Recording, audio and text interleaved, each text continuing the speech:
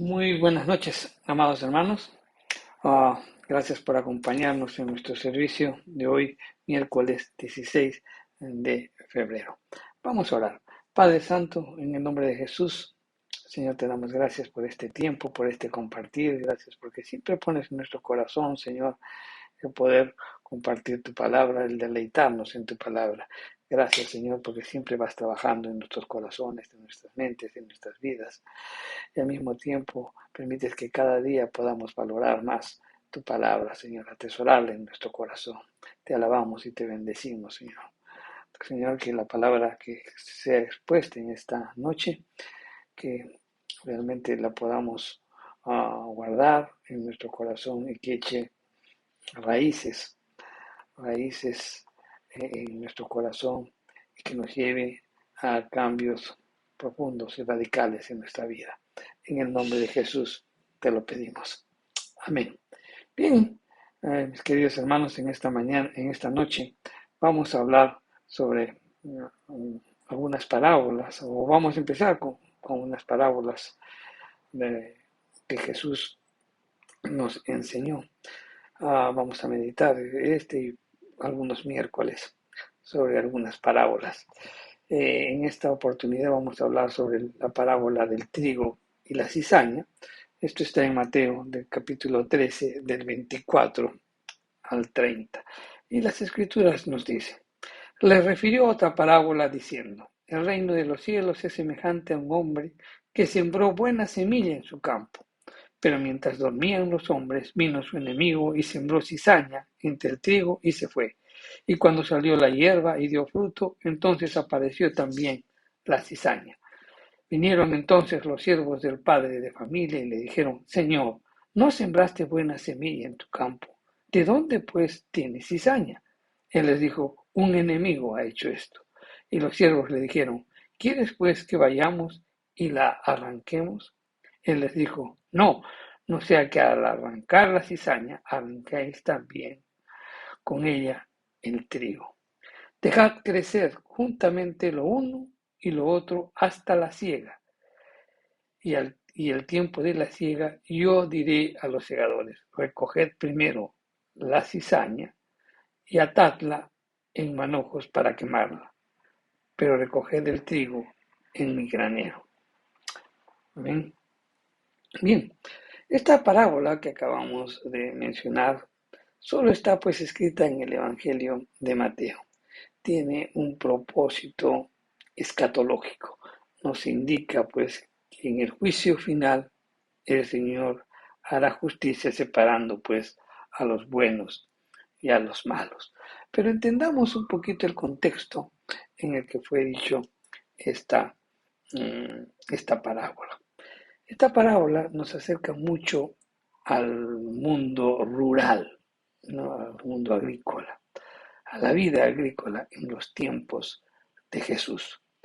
Los ejemplos habituados o utilizados por Jesús eran cotidianos y comprensibles para los judíos en los tiempos pues, en que Jesús estaba desarrollando su ministerio. La cizaña era una de las principales pesadillas del agricultor hebreo. Era una planta muy parecida al trigo, tan parecido que la llamaban un trigo bastardo. Era una gramínea que después se conocería con el nombre latino uh, Lolium temulentum, ¿no? Temulentum es una especie que genera una sustancia muy venenosa que se forma en la planta. Se trata de la temulina. Basta solo 1 gramo de cloruro de temulina para matar un gato de 2 kilos de peso. Esto, si lo ponemos a pensar, pues nos lleva a meditar muchas cosas, ¿verdad? Ok, lo interesante es saber que la toxicidad de la cizaña no la genera la propia planta, sino que esa toxicidad la provoca un minúsculo parásito, que es un pequeño hongo que crece en el interior de los granos de las semillas y las infecta, ¿no? Casi el 90% de las semillas. Si el grano de trigo se contamina con el de la cizaña, después de la siega, la harina que se obtiene pues resulta algo más oscura que la normal y puede producir envenenamiento con un cuadro clínico que puede ir desde simples vómitos hasta la muerte por parálisis de los músculos respiratorios. En las sepulturas reales egipcias, pues de la quinta dinastía, es decir, hace más o menos 5.000 años de antigüedad, se han encontrado granos venenosos pues de cizaña mezclados con los del trigo. Este fenómeno del crecimiento del trigo y la cizaña era muy frecuente y también muy usual. Los campesinos hebreos, con el fin de aliviar esta, podríamos decir, auténtica maldición, efectuaban el arranque del cultivo de las malas hierbas durante la primavera, cuando la siembra pues tenía un palmo, o sea, una cuarta, cuando la planta había crecido una planta recién podían sacar cuando tenía un cuarto de altura, una cuarta, ¿no? Ahí recién podían sacarla, porque si la dejaban crecer más, resultaba pues imposible después realizar esa labor, ya que las raíces se habían entrelazado pues con el trigo y al tirar pues obviamente también arrancaban, ¿no?, las otras plantas, o sea, tanto la cizaña como el trigo. Entonces había que esperar el tiempo de la siega para poder hacer esa separación. Y un momento después de cegar, seleccionaban las espigas del trigo, ¿no?, de la cizaña. Ese trabajo se realizaba al final. Y este trabajo solían hacerlo las mujeres y los niños. La cizaña pues se ataba en unos manojos y eso se utilizaba como combustible, ¿no?, Ah, para ser quemado, puesto que en Palestina escaseaba la leña. De los granos de la cizaña lo utilizaban pues para alimentar a las gallinas. Y curiosamente estos animales no les afecta el veneno, ¿no?, de la cizaña o el veneno de la temulina. Entonces, este relato que Jesús hace era comprendido fácilmente por todos los judíos porque eran imágenes que Jesús utilizaba, ¿no?, y que eran muy familiares para todos aquellos que escuchaban. Por eso podían entenderlo mejor.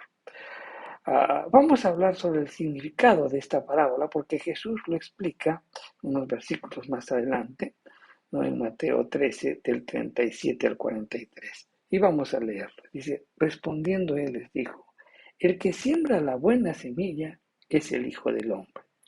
El campo es el mundo. La buena semilla son los hijos del reino y la cizaña son los hijos del mal. El enemigo que la sembró es el diablo. La siega es el fin del mundo y los segadores son los ángeles. De manera que como se arranca la cizaña y se quema en el fuego, así será en el fin de este siglo. Enviará el Hijo del Hombre a sus ángeles y recogerán de su reino a todos los que sirven de tropiezo y a los que hacen iniquidad, y los echarán en el horno del fuego. Allí será lloro y crujir de dientes. Entonces los justos resplandecerán como el sol en el reino de su Padre. El que tiene oídos, que oiga, ¿no? Ahora bien, la pregunta entonces que podríamos formularnos es, ¿por qué Jesús contó esta parábola? ¿A quién verdaderamente estaba dirigido? ¿A quién iba originalmente dirigida esta parábola? La mayoría de los exégetas cree que estaba destinada a los propios discípulos. En los tiempos de Jesús existía la idea de lo que se ha llamado como el resto santo. Vamos a comprenderlo, así que vamos a revisar algunos textos del Antiguo Testamento. En Primera de Reyes 19:18 nos dice: yo haré que queden en Israel 7,000, cuyas rodillas no se doblaron ante Baal y cuyas bocas no lo besaron. En Isaías 1:9 también dice: si Jehová de los ejércitos no nos hubiese dejado un resto pequeño, como Sodoma fuéramos y semejantes a Gomorra. Entonces, se trataba de la creencia de un grupo especial formado por los creyentes, por los justos, que perdurarían pues en el pueblo de Israel cuando vendría el Mesías. Esa era la concepción que tenían. Los fariseos pretendían ser el resto santo, o sea, ellos estaban involucrados ahí. Los bautizantes, o sea, los que se bautizaban con agua fría, creían que pertenecían también con esa acción al resto santo. Los esenios, por otro lado, también procuraban establecer pues una comunidad pura para que no se contaminen y que ellos eran el resto santo, ¿no? Y por tanto pues optaron por alejarse de Jerusalén. La predicación de Jesús chocaba pues frontalmente contra la idea equivocada del resto santo. Los discípulos muchas veces se preguntaban, ¿por qué acoge Jesús a los pecadores y come con ellos? Si Él es el Mesías, ¿por qué se contamina con la muchedumbre? Los discípulos también se preguntarían, ¿por qué choca Jesús con los fariseos? ¿Acaso ellos no son los elegidos, el resto santo de Israel? Si es el Hijo de Dios, ¿por qué tarda en realizar la promesa del resto santo? También se preguntaban cómo es que entre sus propios seguidores hay pecadores que no han sido justificados delante de Dios. ¿Cómo puede tolerar el Mesías esa situación? Y es que la parábola del trigo y la cizaña pues constituye la respuesta de Jesús a todas esas preguntas. Esta parábola es una explicación del maestro ante el escándalo que provoca pues su comportamiento. Jesús se opone a establecer la comunidad del resto. ¿Por qué? Porque todavía no había llegado la hora, todavía no se ha acabado pues el periodo de la gracia divina. Cuando llegue ese tiempo, será Él mismo que separará la cizaña y el trigo. Sin embargo, de momento, no es posible que ningún ser humano pues pueda decir que pertenece al resto santo, o también que pueda decir quién pertenece y quién no. Solamente el Espíritu Santo lo sabe. Cuando venga ese tiempo, muchas sorpresas habrá, a muchas que de repente nos guiamos por experiencias, por actitudes externas, ¿no? En donde pueden denotar mucha religiosidad, mucho amor, pero grandes sorpresas habrán cuando venga el Señor para, por segunda vez, cuando llegue el día del juicio en que nos tengamos que enfrentar, pues cara a cara con nuestro Señor. Jesús no vino pues a realizar el ideal exclusivista del resto santo judío, sino para reunir a toda la comunidad de los salvos que estará formada por todos los pueblos de la tierra, por todas aquellas personas que hayan aceptado a Jesucristo como su Señor y Salvador. Por todos ellos. Él vino a establecer una comunidad abierta, una comunidad que estaba formada por todos aquellos que reconocen a Cristo Jesús como su Señor y Salvador. No vino para una comunidad exclusivista, no. La característica fundamental del Evangelio de Jesucristo es la universalidad. Es para todo el mundo, no solo para un reducido grupo de elegidos. Con esta parábola, Jesús quiere dar estímulo y ánimo a los discípulos para que sean pacientes y que para que lleguen a comprender que los malvados y los justos tienen que vivir juntos en este mundo hasta el final de los tiempos, hasta cuando venga nuestro Señor. O sea, mientras esperemos la segunda venida de nuestro Señor, tanto las personas que son impías, los que son injustos, pues tendrán que vivir en armonía. Tenemos que tener paciencia, tenemos que tener tolerancia, puesto que vamos a vivir en este mundo hasta que el Señor venga. ¿Qué aplicación podemos ver en esta parábola? La cizaña, mi querido hermano, hoy se sigue sembrando en la actualidad, pero no por la noche, sino que la cizaña hoy se siembra a plena luz del día. Se siembra cizaña venenosa en todos los rincones de la sociedad. La publicidad, los medios de comunicación se encargan pues de esparcir sus semillas para que lleguen muy, pero muy lejos. Hoy contamos hasta incluso con las redes sociales en la cual todo el mundo participa. Pues, y también es un canal de distribución de cizaña. Claro que también hay buenas cosas que se dan, pero generalmente se utiliza más para lo malo que para lo bueno. Algunos viven pues también, no solamente pues se siembra la cizaña a través de los medios de comunicación, sino que también algunos viven atropellando a la gente. Otros también se enriquecen a través del fraude, a través de la mentira, el golpe bajo, incluso la hipocresía, la cara dura, ¿no? El que más cizaña esparce es considerado tal vez como el más inteligente. Y esa es una actitud que se contagia con mucha rapidez.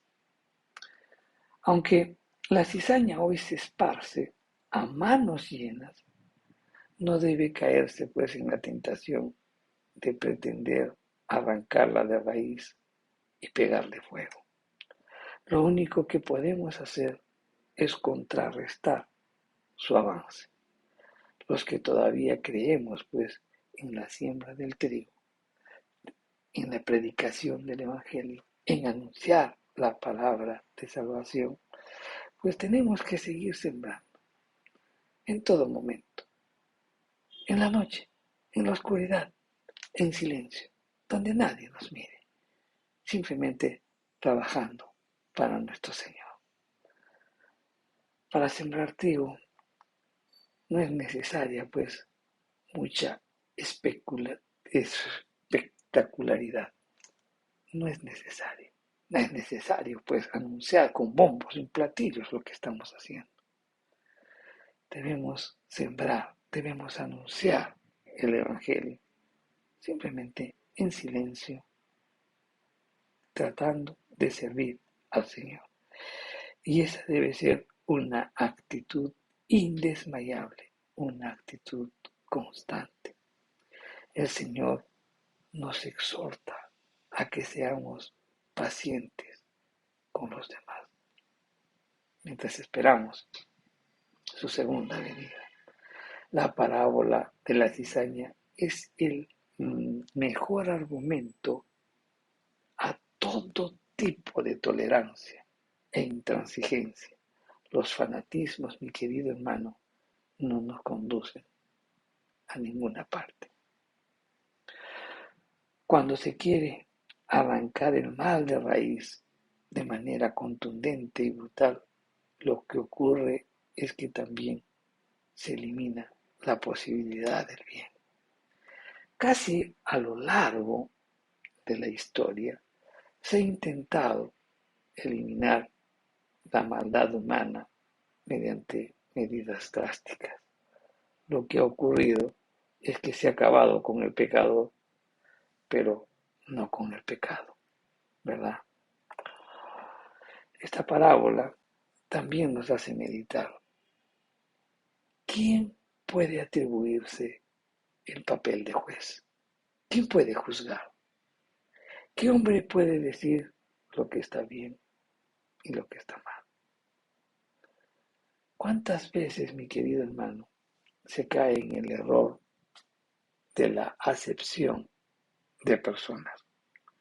Cuando una persona no nos cae bien o cuando una persona no la soportamos, qué fácil resulta, ¿no?, colocarle un letrero que diga cizaña, ¿verdad? Jesucristo nos dice, no juzguéis para que no seamos juzgados. Porque en ese preciso momento en que nosotros juzgamos y despreciamos a alguien, nos transformamos en cizaña. Nadie está capacitado para apropiarse de la tarea de separar el trigo de la cizaña, porque eso es algo que le corresponde solo a Dios, mi querido hermano.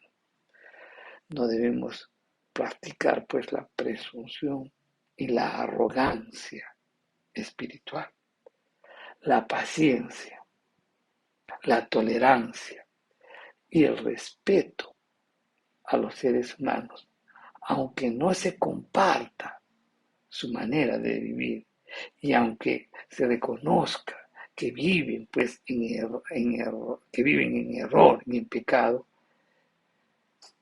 la paciencia, la tolerancia y el respeto a los seres humanos debe ser la tónica general de nuestra vida cristiana. Si Dios es tolerante y paciente con todos los hombres, ¿por qué no serlo nosotros? Esta parábola señala hacia el juicio final y afirma claramente que el juez será el Señor Jesús. ¿Por qué va a ser el Señor Jesús el juez? Porque fue el primero que sembró la semilla y luego llevó en la cruz la maldad de todos los seres humanos. De manera pues de que quien no ha dado su vida por los demás no tiene derecho a juzgar a nadie. La parábola del trigo y la cizaña recomienda paciencia, mi querido hermano, pero también dibuja un horizonte hacia la justicia divina. En ese horizonte podemos ver que todos aquellos que han servido de tropiezo, que han sido falsos maestros, falsos profetas, ¿no?, y que al mismo tiempo se han revolcado en iniquidad, ellos serán retirados de su reino. La cizaña venenosa será como pasto en llamas, pero los justos, el auténtico trigo dorado, aquellos que la palabra de Dios la viven, aquellos que realmente transmiten también la palabra de Dios, que aquellos que llevan el mensaje de salvación a través de sus vidas resplandecerán como el sol cuando el Señor venga. Amén. Realmente, mi querido hermano, meditemos muchísimo sobre esta parábola de mucha enseñanza. Mientras estemos en este mundo, tenemos que tolerarnos los unos con los otros. Tenemos que ser tolerantes, pacientes y también respetando a los demás, aún sabiendo que viven vidas equivocadas, vidas erróneas, vidas en pecado. Esa tiene que ser la tónica de una verdadera vida cristiana: la paciencia, la tolerancia y el respeto hacia los demás. No juzguemos a nadie, que este es cizaña y este es trigo. Esa es una labor que le corresponde al Señor. ¿Por qué? Porque Él fue el primero. Él fue el primero en anunciar el Evangelio y fue también quien llevó la maldad en la cruz y murió por los demás. Entonces, si tú no has muerto por los demás, no puedes atribuirte la función de juez, de juzgar a otros. Amén. Reflexionemos sobre esto. Vamos a orar. Padre Santo, Señor, te damos gracias por tu palabra. Gracias, Señor, porque todo el tiempo nos confrontas y nos vas enseñando también, Señor, cómo poder vivir en este mundo.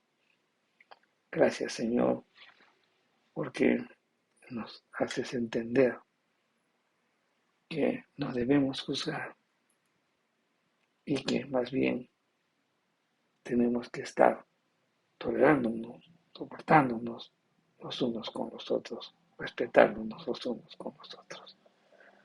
Padre Santo, no, pero eso no debe